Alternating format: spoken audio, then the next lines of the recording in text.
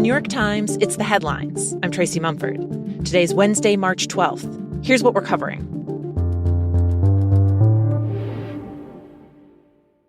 Now, is this the first step on the road to a total shutdown? Yes, actually it is, because that was the president's mandate, his directive to me, clearly is to shut down the Department of Education, which we The Trump administration's effort to radically upend the federal government has reached the Education Department. The department announced yesterday that it's firing more than 1,300 workers, bringing staffing levels down to half of what they were when President Trump took office.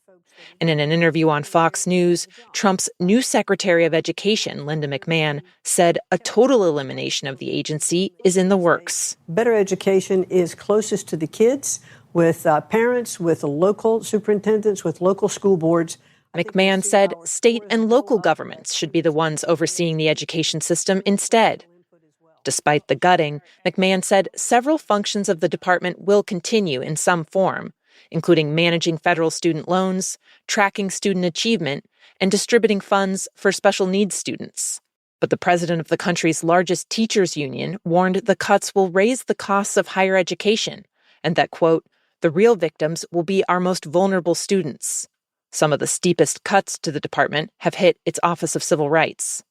If the administration moves to shut the department down completely, as it has said it intends to, that will be a direct challenge to the authority of Congress, which created the department and by law would have to agree to close it down. And in another major cut, the Times has learned that the Environmental Protection Agency is shutting down its environmental justice offices. They were stationed across the country and tasked with addressing high levels of pollution in poor and minority communities. Those communities are often located near highways, industrial plants, and other areas that can lead to health issues.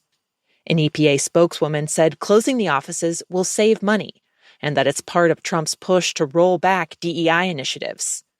Even before the cuts, the administration was already turning away from this kind of work.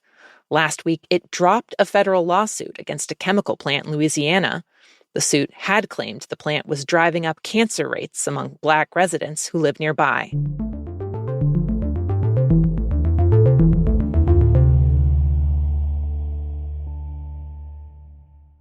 Now, 3 quick updates on stories we've been tracking. The U.S. announced it will immediately restart military aid to Ukraine after the two countries met for talks yesterday about how to end the war with Russia. As part of the negotiations, the U.S. and Ukraine also settled on a 30-day ceasefire proposal that Secretary of State Marco Rubio said they'll now send to Moscow.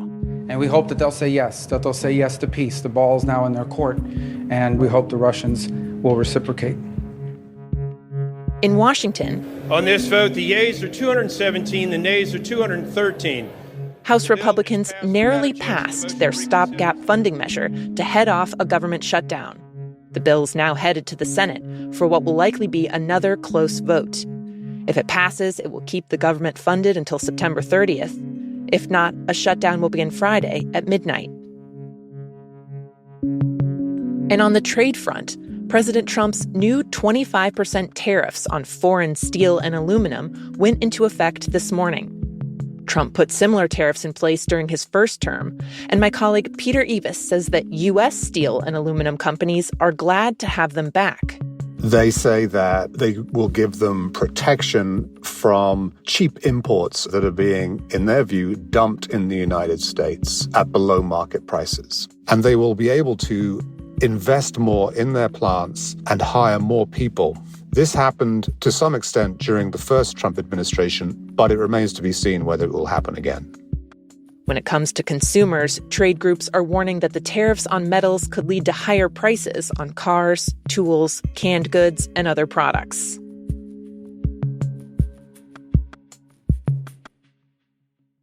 Meanwhile, what's your best of these cars? What do you think? Well, the car that I drive is the Model S Plaid. Which is that one? That red one in the middle. I like that, yeah. President Trump put on an extraordinary show yesterday to help boost Tesla, Elon Musk's electric car company.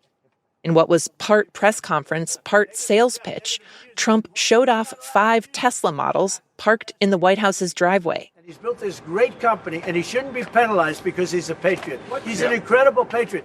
Trump said he didn't like that Musk has taken a lot of criticism in recent weeks as the face of the administration's massive cuts.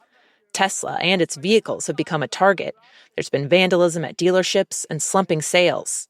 In defending Musk, Trump even announced he was buying one of the cars. I'm president, so I want to pay full price. While there are rules against executive branch employees promoting or endorsing products on behalf of friends or relatives, they do not apply to the president. On Musk's part, he has signaled to Trump's advisors in recent days that he wants to put $100 million into Trump's political operation. It's not exactly clear what the money will go towards, but it could be used to help boost candidates who support the president's agenda. During the last election, Musk spent close to $300 million backing Trump.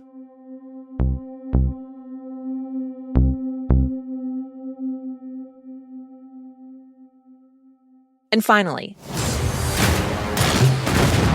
this week, the first fully animated Looney Tunes original movie will hit theaters. Space Jam doesn't count. In this movie, Daffy Duck and Porky Pig will be getting their star moment. It's also a breakout moment for the actor doing their voices. We have to act fast, and there's only one person that can do the job. Most of the iconic Looney Tunes voices were created nearly 90 years ago by Mel Blanc. He was dubbed the man of 1,000 voices, and he did all of the big ones for decades and decades. Bugs Bunny, Tweety, Yosemite Sam, Taz.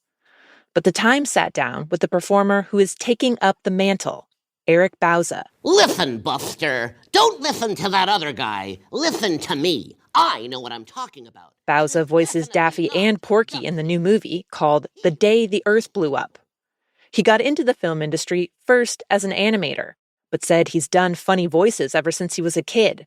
And a few years ago, when he was asked to audition for a Looney Tunes project, he fully committed. He brought carrots into the studio and ate them while doing the Bugs voice. Still, Bauza says his actual dream is to come up with an entirely new voice that will become as famous as the characters he's doing now. Doing all these voices is getting me tired. And on that note, that's all, folks. Those are the headlines.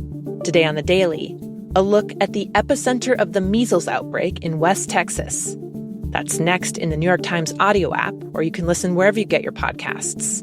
I'm Tracy Mumford. We'll be back tomorrow.